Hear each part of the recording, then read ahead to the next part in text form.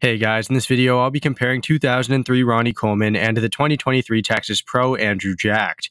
This comparison is the one that got the most views, and remember, I'll be doing the second most voted comparison as well. There's been a lot of hype around Andrew and his latest best package, so it will be pretty interesting to see how well he stacks up against arguably the best physique of all time. Now, before the video does start, if you like my content, please consider liking and subscribing, as it helps support the channel. With that all being said, let's get into this video. Here's the first shot, the front double, and wow, these guys present two extremely different packages.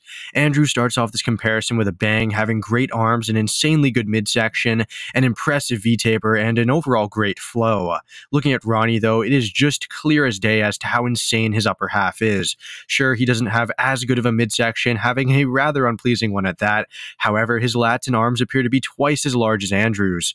Moreover, he has a better condition in the arms. Oh wow, that was not proper English. He has better conditioning in the arms, as well as large, more proportional forearms. Both have huge cut quads with good sweep. However, Ronnie's are genetically longer and more impressive. Objectively, though, Ronnie does smash Andrew in the size department, conditioning, and freak factor as well, which is what really wins shows. Sure, Andrew is super aesthetic, one of the best in that regard, but he doesn't have the mass to keep up. The front lat spread is again a very apples versus oranges type of pose. Andrew presents a great flow and shape overall, having an impeccable midsection, proportional arms, strided delts and chest, and good lats. In contrast, Ronnie completely disregards any aesthetics, showing some ridiculous size in the lats and arms and just crazy condition in the delts and chest, and overall a larger, more ripped upper half. Lower body-wise, both present great quads. However, Ronnie's outer sweep is more impressive, and they appear thicker from the inside too.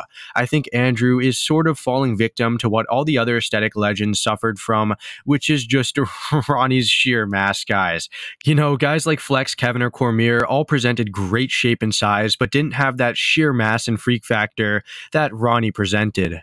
Turning to the side, we have the side chest, and in it, both men look really good in their own ways. Ronnie just is mass for days, showcasing extreme thickness in the side leg, chest, arm, and delt, with insane condition. However, his thick midsection is very evident. In contrast, Andrew has a tiny waist, a full bubbly chest, round arm and delt, and a much improved side leg. It is pretty clear that Andrew falls behind in terms of muscular density, as Ronnie definitely smokes him in the side leg and arm, and has, way better separation. Andrew does stack up very well in the chest and delt and destroys Ronnie in the midsection, but I think if Andrew gets a bit more size and detail to those arms and hamstrings, he will be Mr. Olympia, mark my words.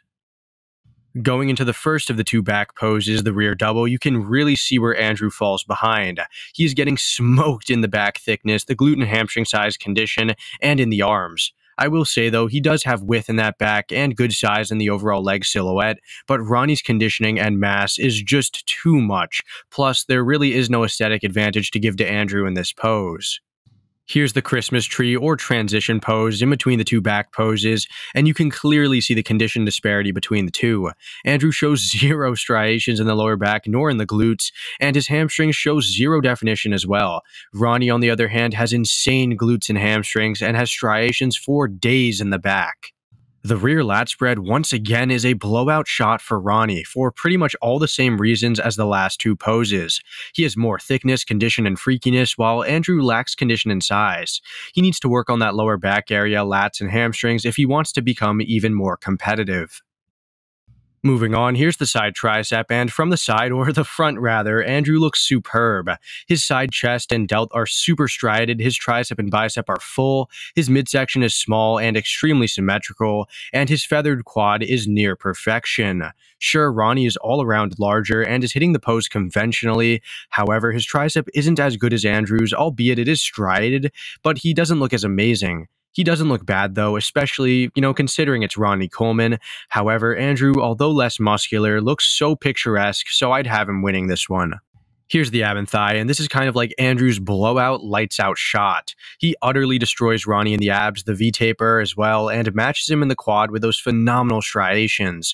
Ronnie's midsection is just super wide and unaesthetic, but he does have a rather good V-taper thanks to his wide lats. His quads are second to none too, however his overall shape and flow is just not there. This pose once again goes to the less muscular yet extremely eye-pleasing Andrew Jacked.